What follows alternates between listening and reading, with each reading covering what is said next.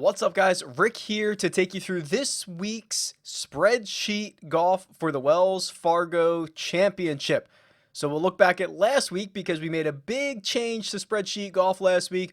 I'll show you those results and we'll look at the Wells Fargo Championship moving forward. All right, so here are the final results from last week. And if you remember, this is going to look a lot different than Spreadsheet Golf of the past. So last week was the first week that we built this out onto a onto a web page and had it run from Thursday morning to Sunday. It had a cut involved. It was a full 140 player field. This was very, very accurate to what you can get on the PGA Tour. And of course, you know, if you click any golfer's name, you get their scorecard with all of their stats associated with it. So as you can see, last week, Justin Thomas edged out Webb Simpson by one shot at 17 under par. Daniel Berger, who was, for whatever reason, one of the absolute chalkiest players of the week. In fact, I think he was the highest owned player of the week. Cashed for all of his owners with a T3, a big time finish there. Hideki Matsuyama finished in a tie for third, and then Jon Rahm and Rory McIlroy are the notables to finish also in the top 10.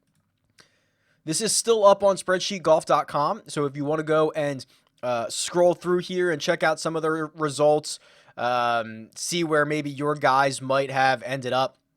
For example, Brooks Koepka missed the cut. I think he was the biggest name to miss the cut. Justin Rose missed it. Patrick Reed, Ricky Fowler, Sung Jae. So there were some notables that ended up missing the cut, which leads to these results. So Austin Blasky, who I believe 2 weeks ago had the lead after 3 rounds and could not hold on for the victory.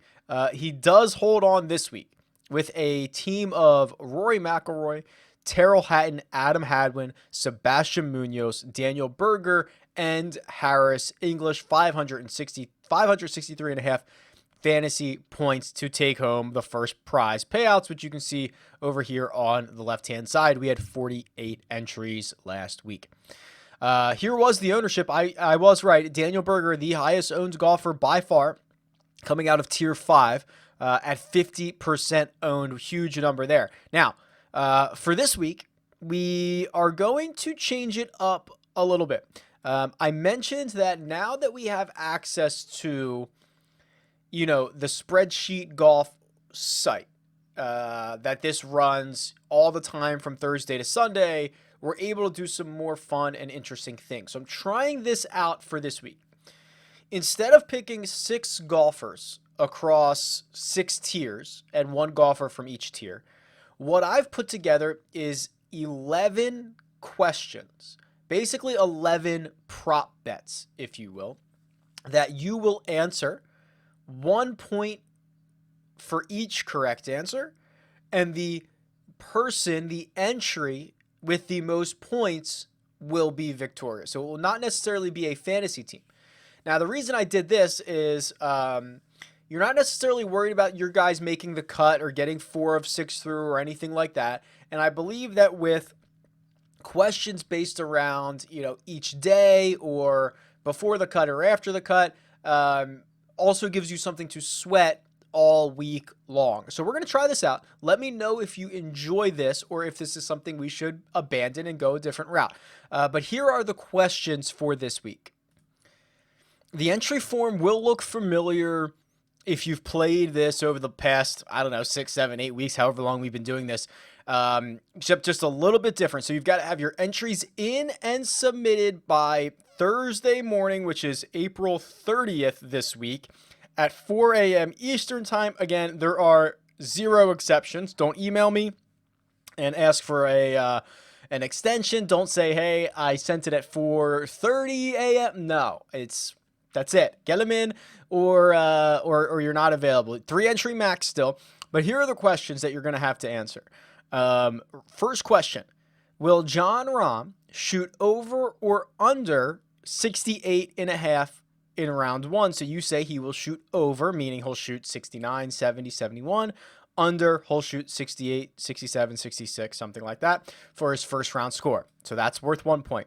Who will have the better round one score? Justin Rose minus a half a stroke or Mark Leishman plus a half a stroke. So that ensures that we don't get a tie, right? So I have made it where I think I have one question that can be a tie. And if you get that correct, it's worth half a point. But because there's 11 questions, I wanted to make sure that we got unique entries. Not everyone was, picking the same thing. Not everything was ending in a tie. So Justin Rose has to beat Mark Leishman. So a half a stroke meaning if Justin Rose shoots a 68 and Mark Leishman shoots a 68, Mark Leishman wins. Okay, because he's going to get a half a stroke. So Rose has to actually beat Leishman here in this situation. So for the first round score. What score will Bubba Watson make on hole number 1 in round number 1? So if we go to the Spreadsheet Golf, I don't know if Bubba played last week. Did he? He did. So this is last week, okay? Don't use this moving forward. But for last week, I can click on Bubba and I can go to his round 1 and see that he made a par on the first hole. Okay, that's what I'm talking about here. What score will Bubba make on hole 1 in round number 1? Eagle, birdie, par, bogey, or other. What will the first round leader's score be? So it doesn't matter who the leader is. Will the score be under 66.5 or over 66.5? Then I tried to find two guys that are basically middle of the pack because we're making the cut for top 70 and ties this week. So I wanted to find two guys that were, I didn't want to say, will John Rahm make the cut? I didn't want to say, will the last place guy make the cut, right? So I found two guys kind of in the middle of the pack and said, will they make the cut? That ended up being Carlos Ortiz. So yes or no, will Carlos Ortiz make the cut? And Doc Redman, yes or no, will Doc Redman make the cut? Also, for this one is for round number 2. How many birdies will Dustin Johnson make in round 2? So again, when we're done here, I will grade this by going back to Dustin's scorecard and counting up how many birdies he made in round 2. And that's going to be the answer to this question. So the line is, where it's right here, 4.5. Will he make over or under 4.5 birdies in round number 2? That doesn't mean 4 under par, 5 under par. Doesn't mean that. He could make 10 birdies and 8 bogeys and the over would hit. Okay, so keep that in mind. Will John Rahm be in a tie for 10th or better after 2 rounds? Okay, so these are the ones that are along with the cut line after 2 rounds. Will John Rahm be tied for 10th or better, meaning tied for 8th, 9th, 7th, better after 2 rounds, yes or no? What will the lowest score in round 3 be, over or under 67.5? And then the final 2 are for, actually, I shouldn't say that. The next one is for the full tournament. What will Patrick Cantlay finish? Basically, will he finish in the top 16 or better? Either yes, he will, or no, he will finish, I should change the wording to this, 17th or worse. So I'll actually change the wording on that to make it even more clear, but it's either top 16 or better, ties included, or 17th or worse. And then what score will the winner make on the 72nd hole? So the eventual winner, when he gets to the 72nd hole, the final hole, 18 on Sunday, round number 4, what will the final score be? Eagle, par, birdie, or bogey, or other? Let me know. And then when you fill this out, I will keep, I don't know how I'll do it yet, but I'll release the sheet just like I did for last week's so that you could follow along after each round. I will release the scores as we go here so you can keep track of where you currently stand. So keep an eye out for Twitter on that.